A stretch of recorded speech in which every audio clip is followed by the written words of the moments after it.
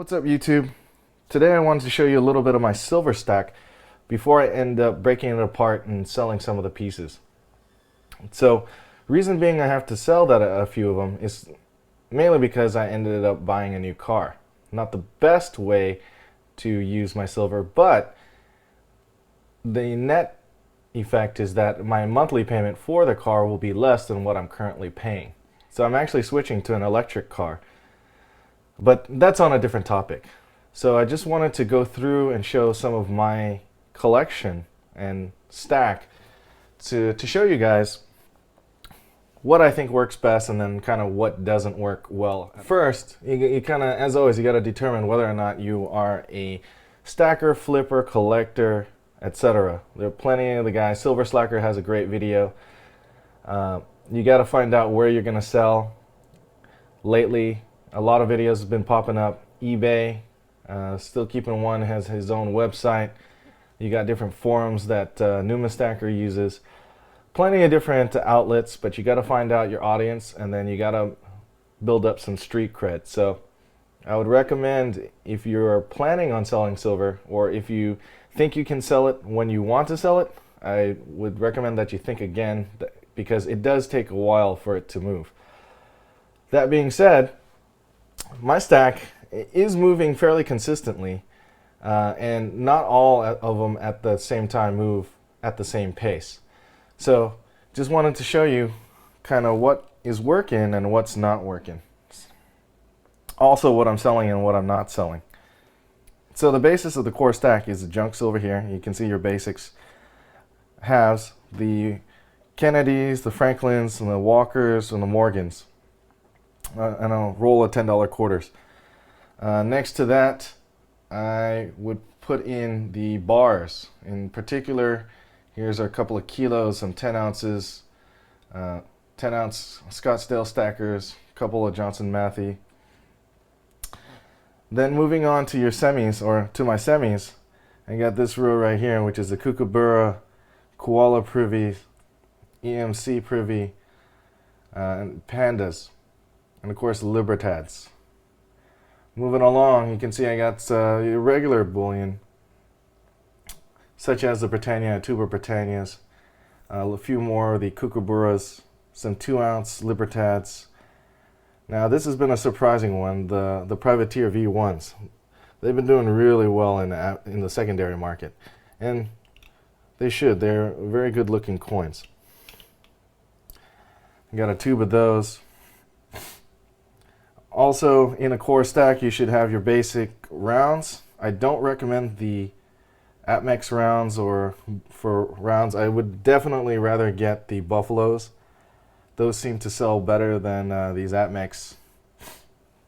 And also, one thing I would say is anything APMEX with APMEX name on it, just don't get it. These things are so hard to sell. Pretty much all you can get is spot for a lot of their products, and their brand name premium stuff just doesn't work in the secondary market. The people that know don't buy APMEX labeled minted products, especially if you want a premium back for it. So I would just stay away from those kinds of things. That, by the way, that was one of the first ones I got because I thought it was a lunar ram. No, so I keep it more as a lesson. Moving along, I would say the right kind of lunars to get are the Perth Mint Lunar Series 2.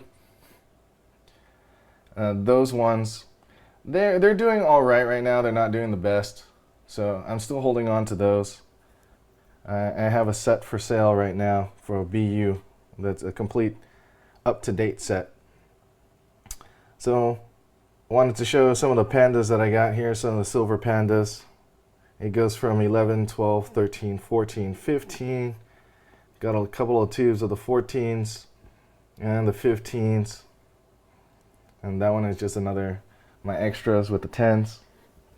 Here's some more 14s out of the tube. I got both of those, the 14s and the 15s, in sheets. And then those are selling off piece by piece. Here you can see I got the Wedgetail Eagles, the Gem BU. Now the Wedgetails were like $24.95. These were $29. So for $5 you get them in slabs. I mean, you're not gonna send them in, but they guarantee authenticity, and you know that they're good right from the get-go. So if you, I mainly got these to kind of turn around, just in case I needed to. The price difference justified the slab on these. I don't have too many of them, but yeah, they do look good. Sometimes these work out, not all the times, but sometimes. And in this case, I think it works, because the difference is the difference between raw and not raw is fairly minimal. These are unlimited mintage, so having them slabbed is just kind of nice to have. For my junk silver, you can see the Kennedys and the Franklins. I have two that are nice BU, and then two that are just kind of regular. But I do like the way the Franklins look. I think in the future there'll be some numismatic value to them. Same with the Walkers, so those are coming back. And I showed you these Morgans I recently picked up not too long ago. When it comes to things, generic rounds that you should pick, Scottsdale bars, Scottsdale stackers, Scottsdale bars, Scottsdale products. Very high quality products. You see them on a few channels. I would totally recommend them. And then of course Elemental by Provident. They do a lot of nice stuff. Here's the Landmark series with the Grand Canyon. I have some Royal Silver Company 5.9s, the Durham. Just kind of got those just because.